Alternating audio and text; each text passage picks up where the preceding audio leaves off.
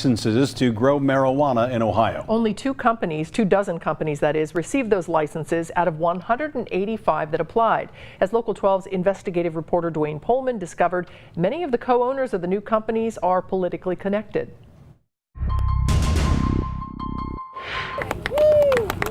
In a field outside Dayton, Cresco Labs celebrated winning a lucrative license to legally grow medical marijuana in Ohio. Among those at the groundbreaking, Chris Schrimpf, who's listed on the official Department of Commerce application as having a 4.45% share in Cresco Labs, Ohio. His brother Mike Schrimpf has a 3.95% share. If Chris looks familiar, he should. He's one of the many politically connected people who are listed as shareholders in companies who competed to grow marijuana in Ohio. Chris Schrimpf was a senior communications advisor for Ohio Governor John Kasich's presidential campaign. His brother was Kasich's campaign communications director. After numerous calls and emails to the Schrimpf brothers asking whether political connections influenced the outcome, a public relations advisor to Cresco called me, telling me that the brothers have referred all my questions to the company and that the Schrimpfs would not be commenting. Meanwhile, the co-founder of Cresco Labs, Charlie Bechtel, who celebrated Cresco's victory in December, this is a big day for the patients in Ohio, for the state did of Ohio, send me a for statement to answer my question. We were successful because of our team's experience winning merit-based applications and running award-winning cultivation facilities in 4 other states, he wrote, adding, politics played no part in this very rigorous application process. But even as that groundbreaking was happening, Ohio's Attorney General Mike Duane noted how many politically connected people in Ohio were listed as owners. You know, it just doesn't look good. Does not look good at all. Duane called it a political feeding frenzy. You know, every lobbyist, every person around there, you know, has got some piece of the action. I smell a few rats. I think someone left the back door open inside our administration. Jimmy Gould contends that he and his company, Canasend Ohio, faced a flawed process that was stacked against them. But even Canasend Ohio had 3 politically connected shareholders with close connections to the governor on its application.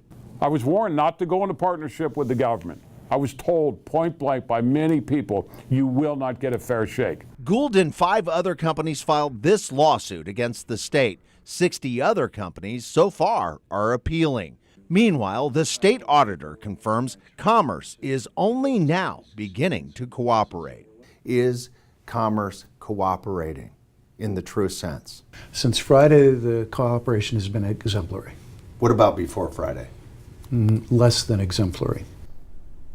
And State Auditor Dave Yost confirms his most difficult challenge so far is a lack of documents that are so crucial in figuring out exactly what went wrong. By the way, Jimmy Gould concedes he needed to have some owners with political ties. In his case, he says they were instrumental in passing the law that brought medical marijuana to Ohio.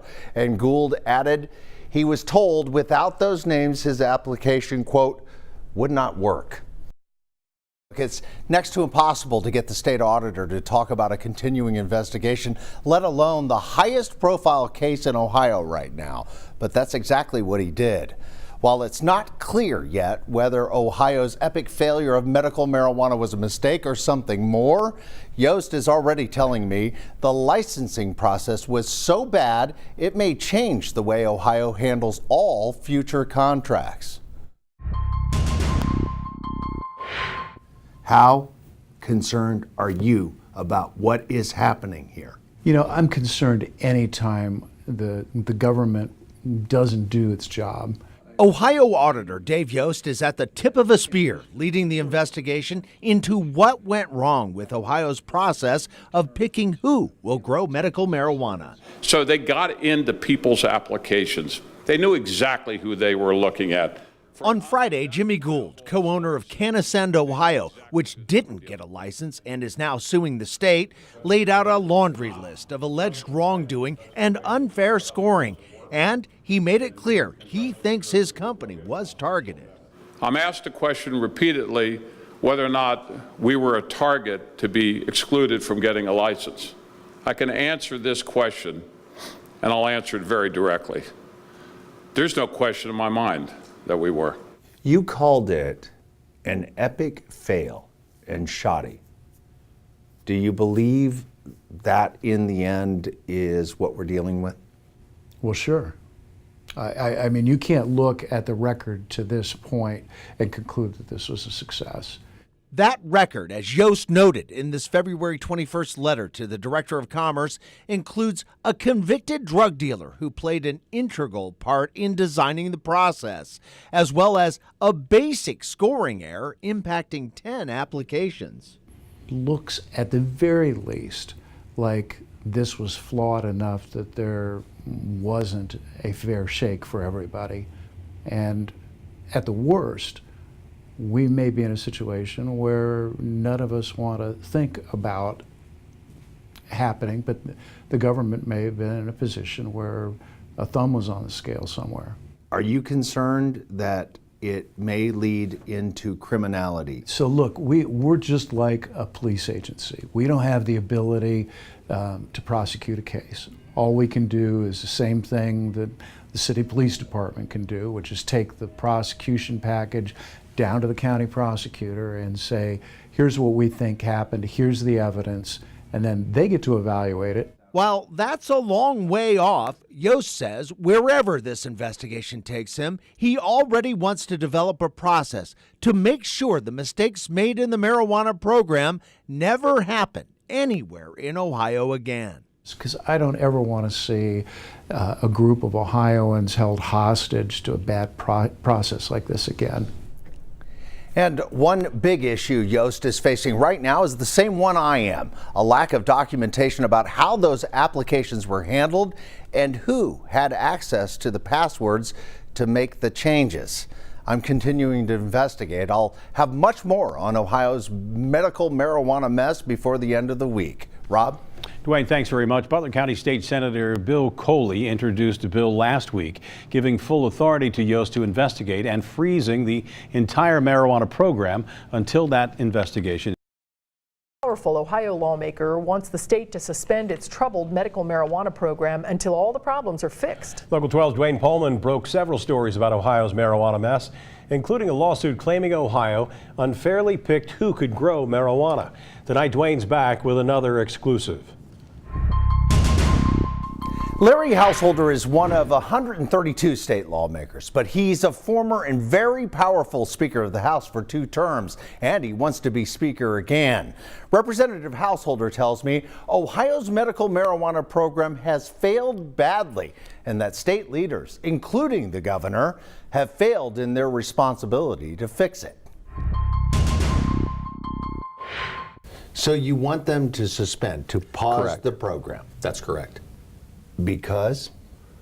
It's the right thing to do.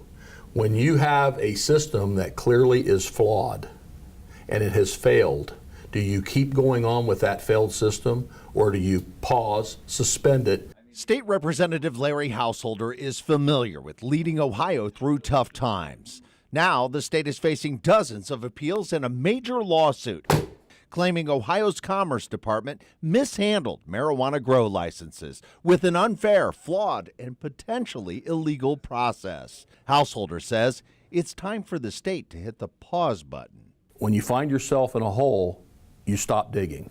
Representative Householder's comments echo the concerns of the Ohio State Auditor, Dave Yost, who talked with me exclusively about his investigation of the state's marijuana licensing program. Looks at the very least like this was flawed enough that there wasn't a fair shake for everybody. And at the worst, we may be in a situation where none of us want to think about happening, but the government may have been in a position where a thumb was on the scale somewhere. Even though Attorney General Mike DeWine now represents the Department of Commerce in the lawsuit against the state, he admits he too is concerned. Well, I think any taxpayer would be concerned about the rollout that occurred. I don't really want to comment on the merits of the lawsuits, but what I think the the citizens of Ohio should know is this decisions made in regard to marijuana, there's a lot of money involved. And there are a lot of people with political connections who will make that money, including this man, Chris Schrimpf. He was a senior communications advisor for Ohio Governor John Kasich's presidential campaign. His brother, Mike Schrimpf, was Kasich's campaign communications director. Chris has a 4.45% ownership share in Cresco Labs, Ohio, which got a license from the state. His brother Mike has a 3.95% share. The co-founder of Cresco Labs, Charlie Bechtel, issued a statement to me after I asked whether those political connections influenced the licensing. Politics, he said, played no part in this very rigorous application process. That may be, but political leadership, the former speaker says, is sorely lacking now. We have the power over in the legislature to call a committee and bring these people in and question them in front of a committee. Would you do it as the speaker? I would do it in a heartbeat. And Representative Householder says it's critical that Governor John Kasich step up and own these problems and be Ohio's leader who will fix the marijuana program. But so far, the governor has been silent about Ohio's marijuana mess. I'm Duane Pohlman, Local 12 News. As Duane first reported last month, State Senator Bill Coley introduced legislation to pause the marijuana program until an investigation by the state auditor is completed. That legislation remains stuck, however, in committee. Ohio's marijuana mess is quickly becoming a political issue in the governor's race. This comes as evidence continues to mount that the licensing process was seriously tainted. Tonight, Local 12's Duane Pohlman continues his investigation with a close examination of the flaws and the growing calls to redo the entire process. Marijuana will mean millions of dollars to the 24 companies that got a license to grow it in Ohio. But the process of handing out those licenses remains under fire. Just this week, Ohio Auditor Dave Yost released this letter to the Department of Commerce, which oversees the marijuana program, pointing to more significant errors on 2 applications that should have disqualified one of the companies that got a license. They should have been automatically disqualified. They weren't, and in a letter responding to the auditor, Commerce stood by its decision, writing the license was properly awarded. Is there enough so far that you're concerned that the integrity of the process is in question? Look, the integrity of the process is in question. It's not a matter of my determination. Anyone looking at the facts will look at this and say, this was not well done. And the optics remain a problem, too. Cresco Labs, Ohio, one of the companies that got a license to grow medical marijuana, insists politics played no part in their selection, even though the company is headed up by Chris Schrimpf, Governor John Kasich's former presidential campaign spokesperson. And with Governor Kasich remaining quiet, Ohio's marijuana mess will likely be left to the next governor to clean up. Oh, yes, it should be redone. I think we have what is building to be a train wreck here. Both leading Democratic candidates for governor are concerned about signs of corruption, while Richard Cordray is cautious. Assuming that you win and you're the next governor, would you redo this process? Would you call for a re-examination and pausing it? I think if we find the process to have been flawed, the right thing to do may well be to reopen it, to rebid it. Dennis Kucinich is convinced that it needs to be addressed immediately. As governor, I would order that the application process be redone based on the questions of integrity of the last one, and then open it up. Now, both Cordray and Kucinich also say they're worried that these problems could delay medicine for people who need it. On the Republican side, Mike Duane has told me that there are problems with the medical marijuana program, even though as Attorney General, he must now defend the state against the lawsuits over that program. Mary Taylor, who's Ohio's lieutenant governor, who's running as a Republican as well, has not responded to my request for comments about this issue.